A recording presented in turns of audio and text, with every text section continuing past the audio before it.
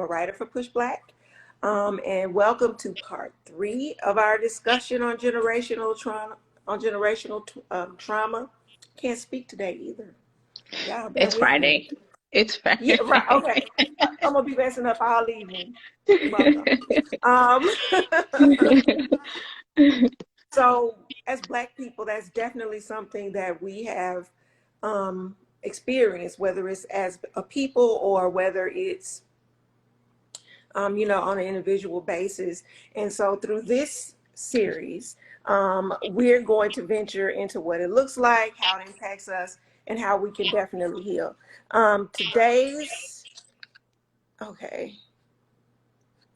Sorry, one of our guests is having trouble, but today we're going to definitely be talking about what it looks like and what it means to forgive a lot of the white terrorism that we have faced in the past. Mhm. And we have 2 amazing guests joining us today.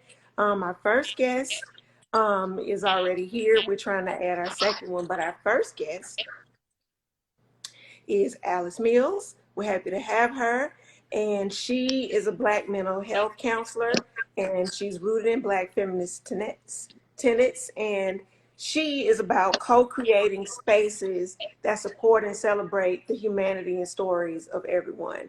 And that includes us as Black people, as so many times we're definitely left out of that. So welcome, Alice.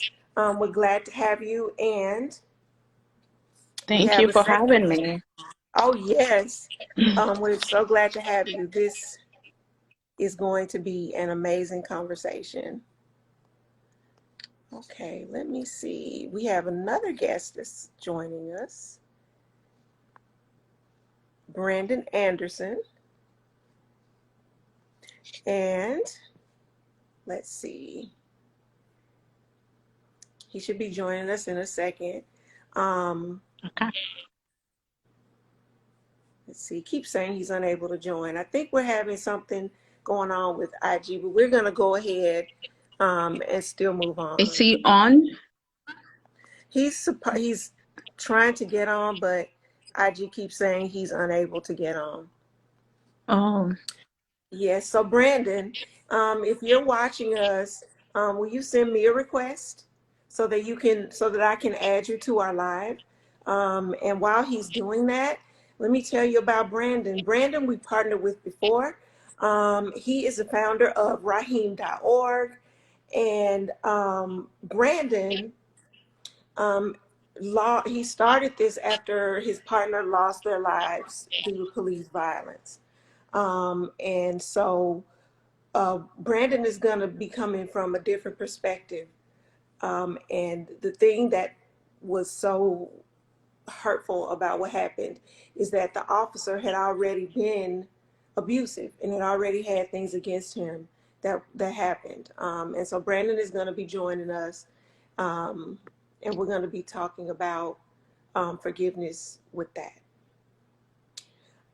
So Brandon, again, just send me a request. If you're on the live, send me a request, and I'll add you in. So we'll go ahead and get started with Alice. Alice, yes. so let's talk about this concept of forgiveness. When it comes to white people committing atrocities against Black people, in a lot of ways, forgiveness is a loaded word. What types of emotions are involved when we examine forgiveness in this context? I think in talking about forgiveness, we also have to kind of differentiate forgiveness in terms of interpersonal relationship, let's say with our friends, with a partner, and then forgiveness in this collective or systemic way. We are talking about police officers. Sometimes in forgiveness, when we talk about, let's say, it could be like a virtue that could be expected of people, especially Black people, to forgive. And we've seen like different aspect of it. Oftentimes in police shooting, where let's say even in court A victim will say, "Oh, I forgive you," and oftentimes that is hailed by society. So that's seen as, "Oh, this is what good Black people do, that they forgive." That it can also like a standard for people. So some of the emotions that could be really associated with it could be empathy, having empathy for the other person, compassion, understanding. And we are talking about, I'm talking about forgiveness, that a person has really worked through it, understood what happened. And everybody have their own journey. So some people may be quick to forgive versus other people. But oftentimes, when we are talking about Black people and the police, everything is political. So once that happens, it's seen as the standard. So when another Black person is not able to do that, then that person is deemed as not a good Black person. And also when we talk about history of slavery and all of that, that our ancestors, some of them have to do that as a survival mechanism also to survive. And we are talking about power. So oftentimes they may not even be ready to forgive, but then they have less power in that situation. So they would say, "Oh, I forgive," or all of that. So we also have to think about that too. And we also have to look at it in relationship with power, like who has the authority to forgive, who is deemed forgivable in our world, and who is not deemed forgivable, who deserves forgiveness and who doesn't deserve forgiveness also. Great, thank you. And Brandon, hi, welcome. We're so glad to have you with us. It looks like the IG gods have smiled on us. We were having a few technical difficulties, but we're definitely happy to have you here. We're so glad you could join us. And I'm going to repeat the first question in case you didn't hear, that Alice has already addressed, but we're talking about the concept of forgiveness, um, especially when it comes to white people committing atrocities against Black people. In many ways, we know that that is a loaded word, but what emotions are involved when we're examining forgiveness in that context? And Alice has got it started off. She's talked about power. She's talked about being seen as a good person. What are your thoughts on this? Yeah, thank you. I really appreciate being here, and apologies that I'm a little tardy. My Friday has not been as smooth as I wanted it to be.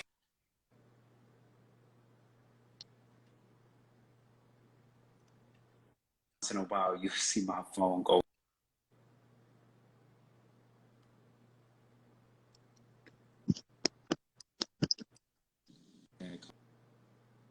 calling me while I'm on live. I'm like, "Dad, I can't talk to you right now. I'm at work. Sorry." Uh, he think I just got all the time in the world to talk to him, but I think this idea about um, for me, I have wanted to spend more time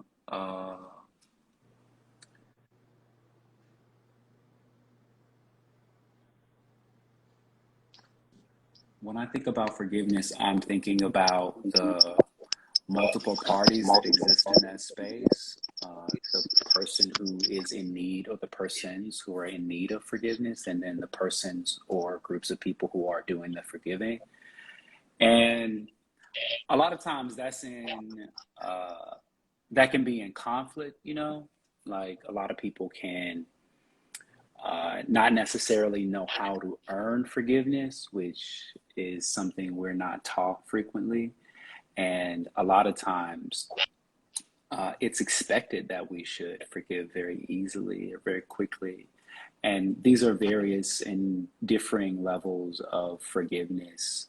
Should be, you know, individuals, especially Black folk, have various understandings of forgiveness and capacity for forgiveness. I mean, just being real, most people, even their time, most Black people, even their time doesn't belong to them. So they are being flung around in a universe and a world that doesn't even belong to them. Oftentimes, we are telling them that not even their bodies belong to them.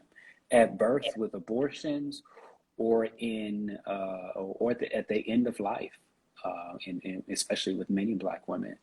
And so when I'm thinking about forgiveness, I want to take into account the relationship that must exist between the two entities, and without a fruitful or meaningful and healthy relationship between those two parties, there's really no room for forgiveness, because you don't have the tools. Like, the tool for forgiveness is healthy relationship with someone by which you are truly interested in receiving and earning that forgiveness. Oftentimes, white folk don't see Black folk as, interested parties by where they want to receive or earn the forgiveness of Black folk, because they stand in power against Black folk, oftentimes. And so those sort of my thoughts about it. I'm not really sure. I can give you my perspective, most of my perspective for that, or for any in terms of this,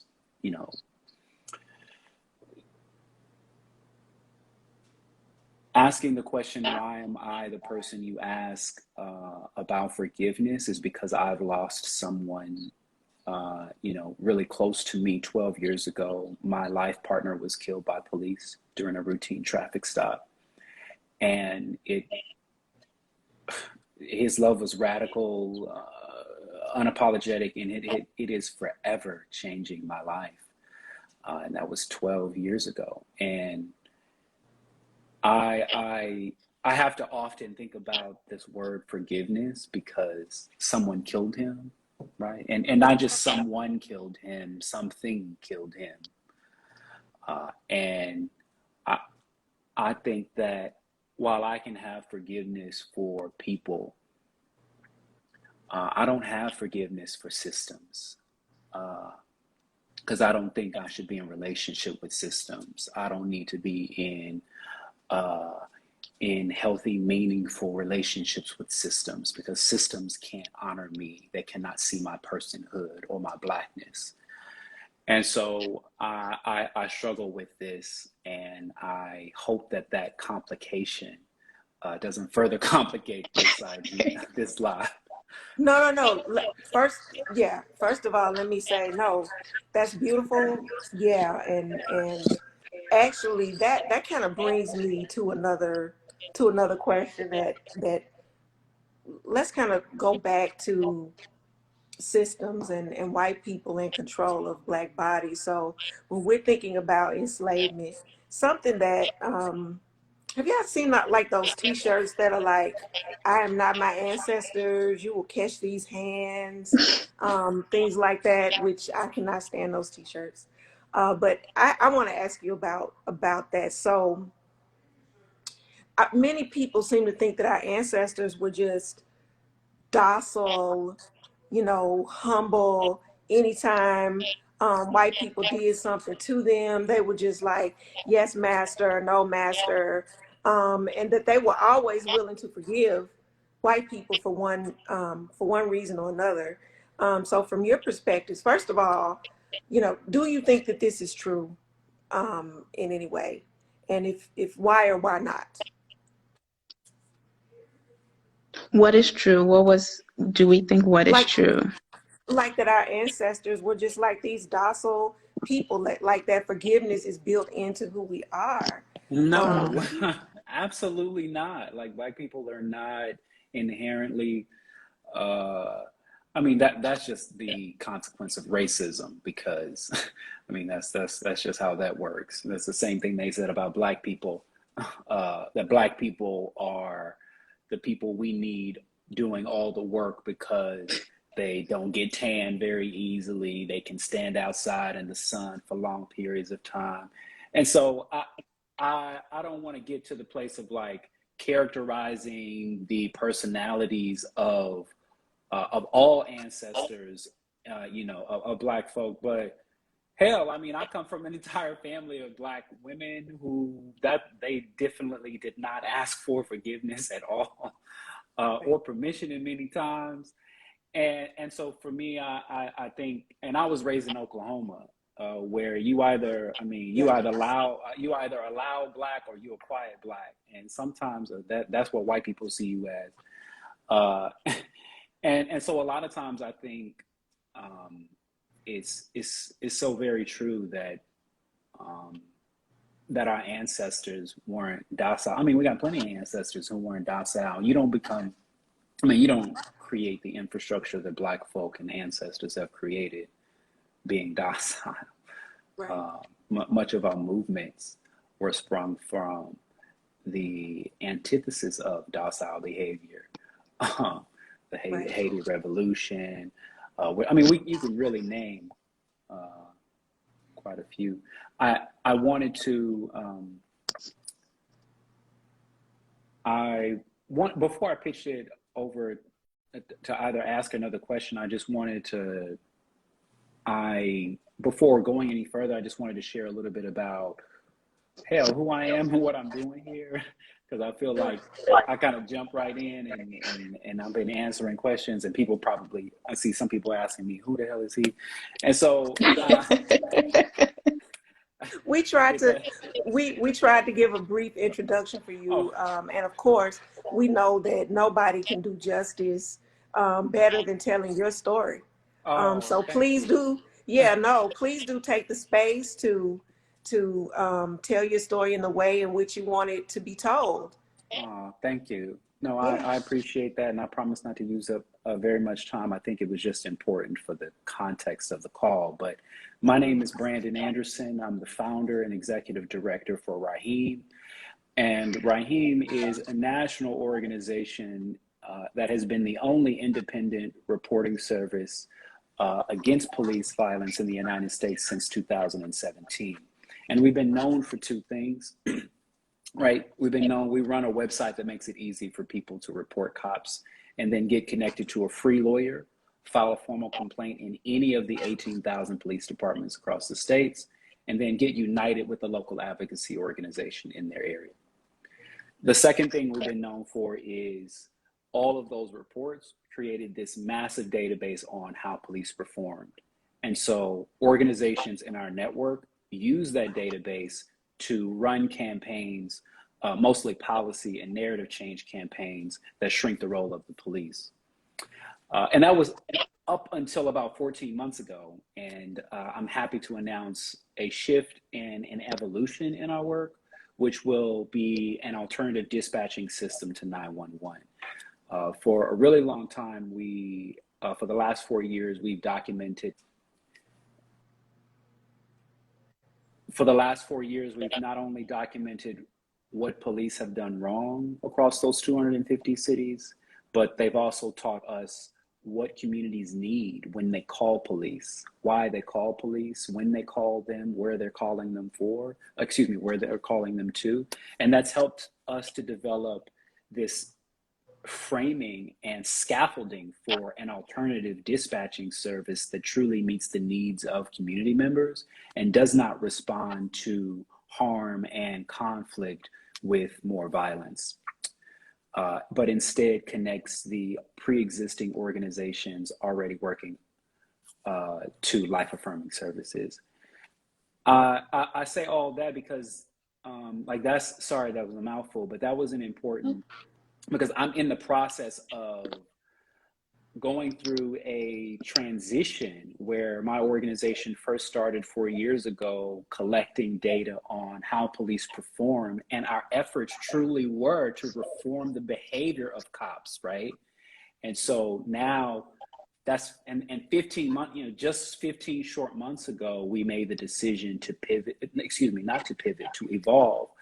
And I'm happy to share a little bit more about that evolution, but I've had to find so much space for forgiveness in this evolution that I don't think I would have been able to give myself without the gift of abolition. So I just wanted to share that. Thank you so much. And so that brings up a point. And Alice, just to remind our viewers, you are a therapist. You do work in these types of healing spaces. Yeah. Related to that question, Brandon has talked about how he's going through like this spiritual metamorphosis that's allowing his work to do that. What talk about what that looks like from the psychological point of view, just setting ourselves up for forgiveness. I guess what I'm asking is forgiveness like is it a psychological thing? Is it a spiritual thing? Like when we forgive, what are our bodies and minds Hmm. actually in the process of doing? Yeah, I think we could talk about it as a psychological concept and also spiritual concept, or some people would say religious concept. But also when we are talking about religion, we also have to also be critical of religion also, because colonization also happened in the context of religion. So we also have to think about that. But it's really oftentimes, in terms of forgiveness, it's really like a process the person goes through. So let's say in therapy, somebody's working through forgiveness. So in that aspect, the person who has caused the person harm may not really be there to kind of validate or acknowledge the harm that they've caused, but just by the person having another person witness, or that let's say a therapist, they witness the harm that has been caused, that okay, this wasn't right, or what happened wasn't right, that in of itself can be healing for another person. Just to have another person see your pain, in a way you're having somebody see your pain, acknowledge it, that you're not making this up in your mind, but this really hurt. Kind of, let's say a child who has a bruise, bringing it to like an adult, you like, oh, I see the pain. Let me see where it hurts. How are you feeling? So having that person acknowledging it, and also really looking at, okay, what has this thing done in your life, or what's the impact of this thing in your life? And really, it's the person, up to the person to say that, okay, maybe I want to work towards forgiveness. And forgiveness always doesn't equate reconciliation. And I think Brandon talked about he can forgive the person, but also not the system. Because again, it's not like a mutual relationship with the system whereby the system is like, okay, I'm here, let's talk about it. What do you want? Or even listening to somebody that, okay, what do you want? And for most of us, we are not even thought about this process of forgiveness. So sometimes when harm has been caused and you ask the person, what do you want to make this better? Most of us cannot even name what we want to make things better for us. That, okay, maybe these are the conditions that I want, that in order, let's say interpersonal relationship, in order for this relationship to go on, maybe I need you to take 1, 2, 3 step, or I need a break from this friendship, to kind of think about things, and then we can come back. That most of us don't have that. So in terms of when it comes to that psychological aspect, to really work through it, and also knowing that forgiveness also doesn't mean you forget, because oftentimes we hear the statement forgive and forget. That cannot happen. It doesn't mean you forget about it, but it also means that you could rid yourself of some of the resentment that could come up out of harm that has been caused, those bitterness, those things that can hold you back, to kind of say, okay, this is what has happened to me. This is the impact that it's had on me. And this is how I am choosing to go forward now with what has happened. So in terms of, let's say therapy, that's what can happen. And in terms of spiritual and religious, I think I'm really cognizant of that, because sometimes we can use that to bypass negative emotions to get through things fast, that the Bible says we should forgive. So I'm using the Bible because I was raised Christian. So that's why I'm using the Bible. But this is a virtue that's really honored in Christianity. So let's just forgive instead of really working through it. That, of course, it can be a painful process. And, it's kind of something that's a standard in the Bible, but also it doesn't mean that we have to get to it so quick, that we can work through understanding, because there is this concept called spiritual bypassing, whereby we use spirituality to get around stuff instead of really working through stuff, that we are so quick to use spirituality to deny, to avoid. those kind of things, but really working through it. So it can go hand in hand, psychological. And if you're a spiritual person, you want to pray about it, you can pray about it while also working it out in therapy too. Beautiful. Thank you.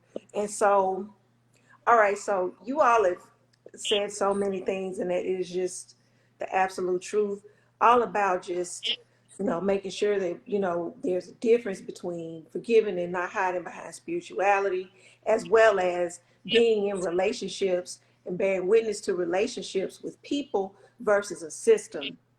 Okay, I mean, I already had like goosebumps. I'm just like goosebumping all over. So here's a question for you all. So when we look at these cases where it's like black people keep forgiving white people and white people keep doing the same stuff.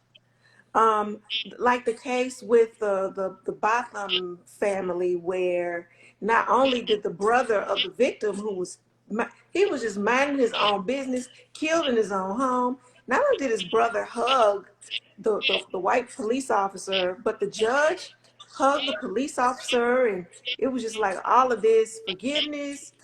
Um, what do you think?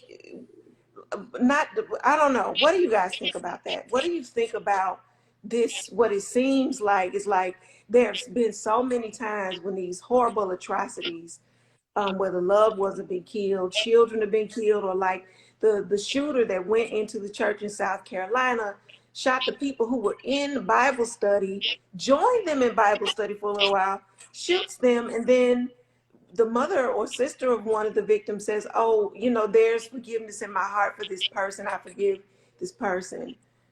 What what is that when I, that happens? I What think what is that your take? I think that it is indicative of a system that continuously places Black people at the end of harm and places white people as people who are doing the harm. And the relationship that Black people or any person who is at the other end of that spectrum, of the one who is receiving the harm, who's being harmed, they're always placed in the position of needing to be the person forgiving, right? They're all, because they're without power and without control in this relationship. And so they're often placed in the place of needing to do the work of forgiveness. And so what we may notice, what I noticed from that is that a couple of things. The first thing I'll say is, I think that what we're noticing is, from everything from Kyle Rittenhouse to whoever is the whoever was the boy who killed those 9 people in the church, those 9 Black people in the church. I don't even know Yeah, his name. Dylan Roof. Yeah, Mm-hmm. Dylan Roof. Well, yeah. The problem is that people and the system that that's the criminal legal system or criminal punishment system has found some empathy and compassion for some of the most deranged people and violent people we've ever seen.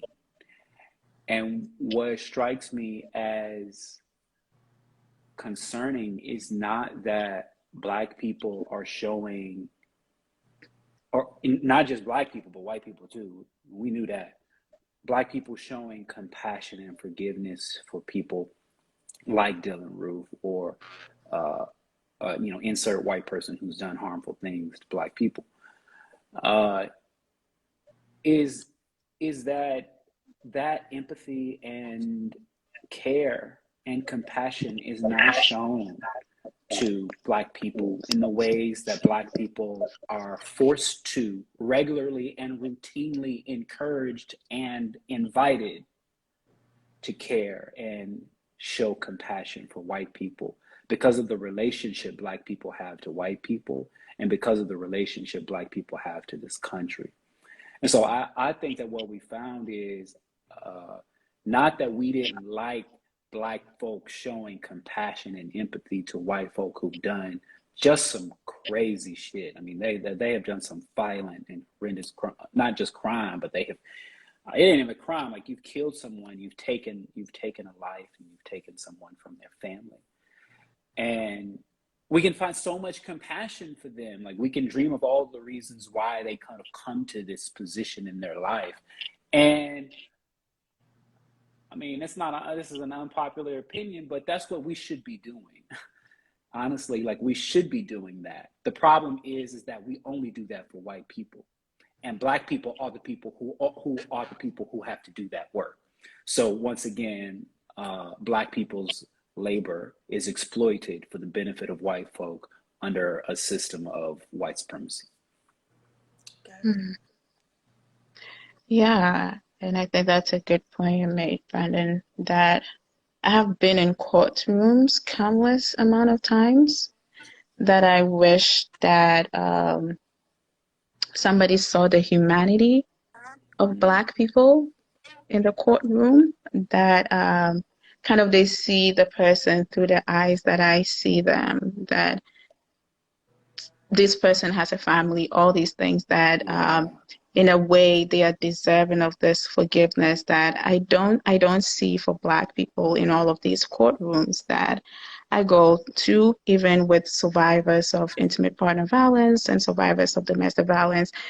They are still not given that kind of mercy or that kind of grace, or their humanity isn't really acknowledged in courtrooms. And also, like, I know somebody raised the question, the case that forgiveness is an individual thing. Yes, it's an individual thing that these individuals can choose to forgive these people. But when we are talking about Black people and white people, we know that whatever Black people do, oftentimes, even if it's not political, it's political. It's kind of becomes like a standard for people where Mm-hmm. everybody's like, oh, see this person, where also Black people in relation to the criminal justice system and white people, it's not a mutual, let's say, the same level relationship that we are talking about here. Of course, we all hope, I hope that if I wrong somebody, they will extend grace and forgiveness to me. We all hope to be treated that way as individuals, as human beings. When we go to courtrooms, we all hope that a judge would hug us, but we know that's not the case for everybody. We know that doesn't really happen, that I've been in courtrooms where even somebody who has a case, they cannot even speak. That I have seen really people say, oh, I want to drop the case. And a DA would be like, well, it's no longer your case. It's the state against this person. So you have nothing to do in this case. Where, when it comes to Black people in the criminal justice system, they are not, or we are not treated the same. It's different from versus what we see when it comes to these white officers and the compassion that they are given in the criminal justice system. Great. Yes. So that brings me to another thing, and I really want to bring out the point. Like, it's like this relationship that it seems like the relationship with white people. So the school shooting that's just happened just a day or two ago, already we're seeing pictures of this shooter with very innocent face and as a little kid, and his hair over his eyes and looking very innocent and young. Not his mug shot with his hair tousled and all of that, but it seems like we're priming we've already humanized um, this school shooter who is taking the lives, and we're beginning to blame the parents, and already we're shifting the blame and accountability away from this white murderer. He's a murderer. They're trying to paint him Mm-hmm. as a child, but he did bring a gun to school. He did plan it. So just like when Black kids are treated like adults in the system, this white kid should be given the same framework. He did do this. Um, it's sort of like we're priming the system to forgive the atrocity that this white person has already committed.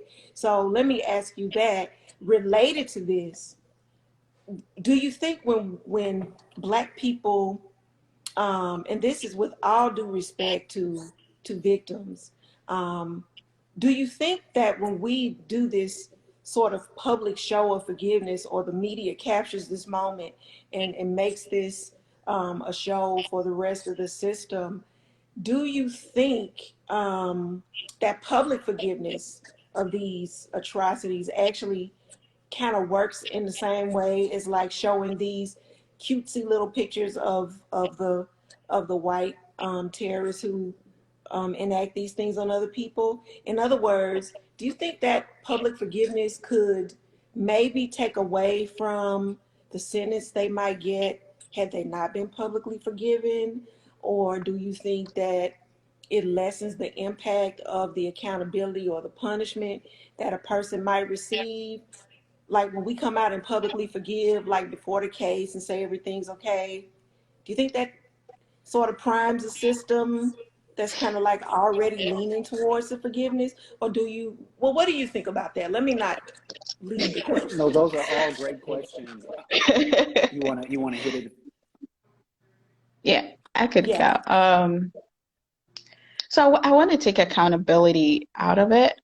Um, because if there is any accountability happening, then to me, what's going on wouldn't keep on happening. So, um, so it seems like these school shootings keep happening. And from the demographics, we've seen that it's mostly white males that keep doing this. So this keep happening. And then police officers shooting keep happening. So there is no accountability on any part to me, because for me, when I think of accountability, I think of it as we all coming together and looking at these things and trying to end it. But we know that there is going to be a whole different conversation tomorrow about either mental health, gun control. People are going to have their conversation and they would have it. So what happens is this forgiveness keep happening, and already white people in the criminal justice system are already treated differently. We've had an example of that, a trial that happened. We know how it went already in the system. Right from the go, we know how the media portrays people in the way they write about white perpetrators versus if it's a black person, the way they will write about the person. If it's a black person, well, this person had a mugshot like 12 years ago. Like they would find something to make sure that this person doesn't get that public sympathy or that public grace or that public forgiveness versus if it's a white person, they will work away in a way to, it's really like a psychological game that they're playing to kind of work this person up, where in their mind they would already prime people for forgiveness of this person. Oh, this person grew up in the suburb, this was their parents, they were really doing this in school, if it's a white person. So in a way they've already portrayed, in a way humanized this person, that okay, this person is human. He made one small mistake, which is not a small mistake, but he made this one mistake and he was misled by friends. So in a way, they're already pulling the heartstrings of people for this person, that forgiveness is possible. Or a judge could say they don't watch TV, but we are all in this, it's like a water and we are all swimming in it. So I think that could send messages to white people that they can do these things and get away with it, that they can do these things, and already there is already a system in place that would work towards people forgiving them, or they would get this forgiveness. Versus, and also the school shooting that happens that you've talked about already, they're talking about their parents. It keeps happening, which is why really we can say the criminal justice system isn't working, that we have to look at other ways to kind of address these violence that happen, because they keep on still happening and we are not finding ways to address it. Then we have to think about other ways to address it. And Brandon. Mm-hmm. No, I think that is a beautiful response. It made me think about, it really made me think about um, just about how much of the systemic challenges and trauma that are a consequence of oppression, racism, and the criminal legal system being passed on to individuals and their families, and those individuals being made responsible for reconciling what is otherwise a massive, extraordinarily large conflict that was not created by them, their family, or their friends, but most importantly, created by the state itself. And so I want to take a step back and get out of the individual responsibility for forgiveness or the individual responsibility to behave in one way or the other. I don't want to take that away, but I want to take stock of a system that is really working. Honestly, it is working. The system is working, and this is why I'm really invested in this work. I grew up in a household that was the way conflict was negotiated was unhealthy.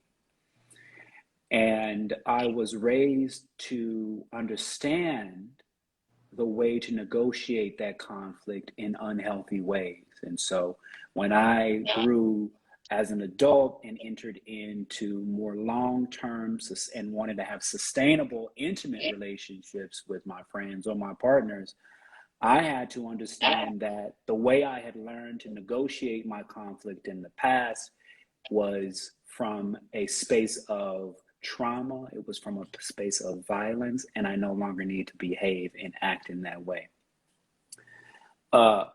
That's my therapist talking, because all that shit is hard to do when you in the heat of the moment, girl. But be that as it may, the thing that I really learned is I really had to give some forgiveness to myself, because I think that we are reminded on a daily basis that the way and I don't think this is a good thing, but I think that we are reminded on a daily basis the way we should negotiate our conflict is with more violence, is with violence. And I think that that's the case because currently the people who should be our caregivers are being trained to shoot us. Okay. The people who when we call 911, we are calling 911, the 3-digit number that's supposed to send us or dispatch the service to us that we are in need for. If I ain't got a house, I don't need no cop. I need an affordable quality affordable housing. If I'm in a domestic violence dispute, I definitely don't need no cop, because they make up the 40% of the reported domestic violence disputes, because they train to negotiate conflict with violence all day, so they don't know how to do it with their partners. So again, there are so many reasons why you would not call the police, but the state and the state oftentimes leverages police as a means of negotiating our conflict. And what children learn, the children who go to school, the 14 million children who go to school with a police officer in the back of their classroom, but they don't have no psychiatrist, they don't have no counselor, they don't have no social worker, and they don't have no nurse. 14 million children go to school in the United States where they don't have any of that support, but there's a police officer in the back of their class. And when I talk to teachers, they say we can't make a decision about conflict resolution in our class. That's oftentimes decided and then left up to the police officer. And so what I'm teaching my children to do is to offshore their conflict resolution with violence and more police. So we train white people to call police on Black people to negotiate their conflict for them, or we train, and we keep Black people from accessing that same line because care doesn't exist for them in the way that it exists for white people. And so you create a group of people, a society, a world of people who believe that negotiating their conflict with violence is the best way to resolve their challenges. And so what ends up happening is intercommunal violence begins to take place. What we've seen in our data over the 250 cities that we've collected data on, what I have been noticing is an increase in policing, not only an increase in police violence, but an increase in policing, the presence of police, is increasing intramural violence, meaning that more people are learning to negotiate their conflict with violence. Mm-hmm. And this is alarming because, and this is, I mean, and so a big part of this is when we are putting individuals in the courtroom. A good example of, there was a couple who just recently, I mean, everybody hate they ass. They did the gender reveal party in California. I don't know their name, but they did a gender reveal party in California and set this whole shit on fire. Like the whole,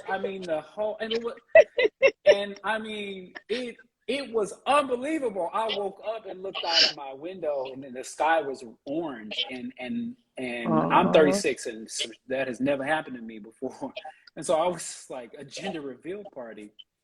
Anyhow, I recently read that these two folk, bless their heart, are on trial for setting all that shit on fire and killing those people, right? And I'm thinking like, oh, I mean, they did the gender reveal party. It's all that. So it's their in terms of accountability, they should really be, And I have to stop and think, and I learned, if you take it into consideration the $50 billion that the state of California spends on policing every year, but they don't have enough money to clean up the forests to help prevent forest fires. They don't have enough money. They don't put in the parameters or corporate restrictions for PG&E, who continuously, I don't know where y'all live, but I live in California, and PG&E is crap. And they don't have a strong infrastructure. They do rolling blackouts, which cause our homes to be missing power for 4 and 5 hours a day. That happens 3 or 4 times every summer through cycles. So like when we're talking about the system being held responsible, those people shouldn't actually be made responsible for that gender reveal. For the fire. They did the gender reveal party, but there's so many other ways that this system and this state has failed to support their well-being that should also be on trial. But oftentimes it is just nowhere to be seen. So, yes, I see we've got a lot of people who just joined us. I want to welcome you. And y'all, we are in the middle of this amazing discussion, a very hard discussion on forgiveness and on resources. And we have as our guests today, they have separate titles, but what they really are is healers and activists who are leading us through this conversation. We have Alice Mills, Mai, who's a therapist who works at the individual level with forgiveness. And we have Brandon Anderson, who is a community activist and creator of Raheem, which is bringing some really amazing work into the world. And both of them are helping us through this healing conversation on a real deep level about what forgiveness is and what forgiveness looks like, and especially when it comes to the atrocities that have been committed against a lot of against Black people in this justice system. And so welcome to our new viewers, and I guess you guys just keep listening, because I guess are really giving us some gems and leading us through an incredibly difficult conversation. And I do want to say to those of you who are viewing that I know that this talk can be very difficult to hear. This can be very triggering. So we appreciate you all coming in and joining us. And I guess We appreciate the knowledge that you're giving and the transparency that you have extended to us and the viewers. So thank you all for that. So I want to move on to the next question.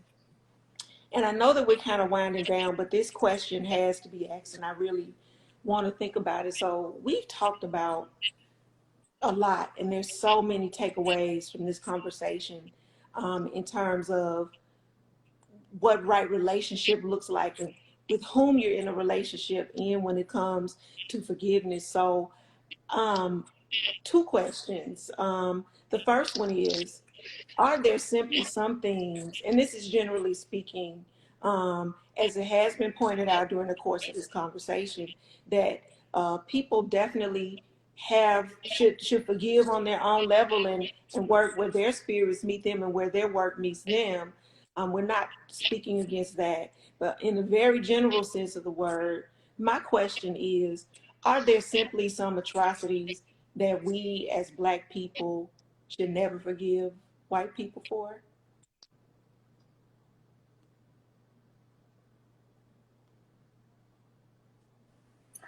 I mean, I'm sure that there are some things that, hell, they don't have to be white. You can just do it to me, and and that's gonna be Right. enough. Like, we ain't gonna have no forgiveness party here. Like, no, but I, I can't speak for everybody. I can only speak for myself. I'm sure that there are things not that I don't want to forgive. Like, I mean, I would love to be the person I want to be is a person who can forgive, but a person who is has the strength to walk away from something that is that's not serving him. The problem is oftentimes Black people can't walk away from like their life, like nothing in like oftentimes they're living in relationships with systems that do not serve them. In fact, that do kill them. In fact, and so I first of all, I don't think Black people gotta forgive about nothing. Like, what? I don't think Black people have to forgive about nothing. Zero. Like, there is nothing in the world that Black people have to forgive. And to be frank, I say this all the time, like, abolition actually is the compromise. Like, the removal of police from this world and prisons from this world is the compromise, because otherwise Black people should have burned this shit down a long time ago. Okay. So I don't think Black people need to forgive for any one thing, regardless of the level. I also don't believe that Black people are, and the reason for that is, systems are trying to kill Black people all the damn time. White people are trying to kill Black people all the damn time. On top of that, I just I guess I'm just thinking about if I guess I'm just thinking about the time and capacity for forgiveness. Like, forgiveness it's not something you can do in your spare time. Like, forgiving someone is like, it takes work and it takes effort and it takes my attention. You know what else takes my attention? My work, my job, my kids, they high ass daycare bill, shit. Uh, and oftentimes Black people ain't got the, like, what, like, again, like, our time often isn't even doesn't even belong to us at times. And so in a world where you have a global pandemic and the lack of responsibility from the American government has led to the death of more than 750,000 people, and now Black in this country, and now Black people as being the especially black poor people being the people who are whose labor is exploited, and now those people find themselves in greater debt with less time on their hands and with more to forgive. And I just don't see that working out. So, I mean, one of this got to give. Like, either we need to give room and space for Black people to have opportunity, capacity to forgive, we got to stop doing this shit that creates the reasons for forgiveness. And when one of those things are done away with, like, we can have a conversation about the necessary forgiveness Black folk, and we probably still can't have that conversation, but I'm closer to having a conversation about that at that point. Right. Thank you. Yeah, I would say definitely there may be, each of us may have things that we can never forgive for. And I think it's also good to acknowledge that maybe this is something that I don't want to forgive. And I think it's up to the individual. And also, when I think about forgiveness and all of these things that we can sometimes see as virtues, I also think of them as aspiration.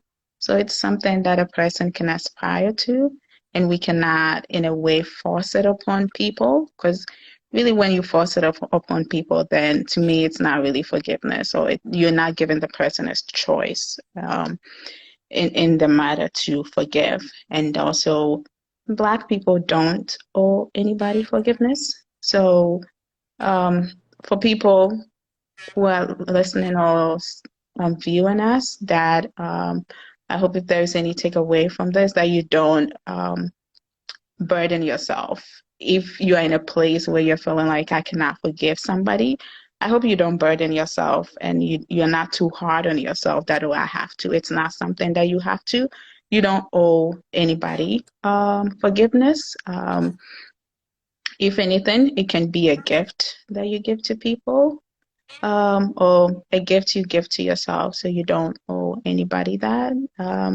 And again, as long as the systems continue perpetuating the harm and the trauma that they keep perpetuating, I don't think we can ask Black people to forgive that. Yeah, for me, that's what I'll say. If you're in a place where you feel like you don't want to forgive anybody, that's where you are. It's fine. Thank you. Thank you both. That is a beautiful final message to our viewers and a perfect place to end this amazing discussion. Thank you guys for tuning in to our live. Thank our amazing guests.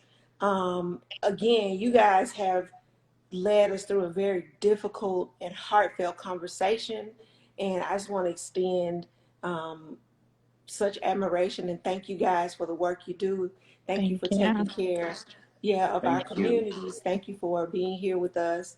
And definitely, y'all family, I hope we get a chance to talk again. Oh And yeah, for yeah, sure. Definitely. yeah. Yeah. So All thank you all right. so much and have Yeah. a great Thank weekend. y'all. Okay. All All right. right. Thank you all. Thank you, everyone. Bye. All right. Bye-bye.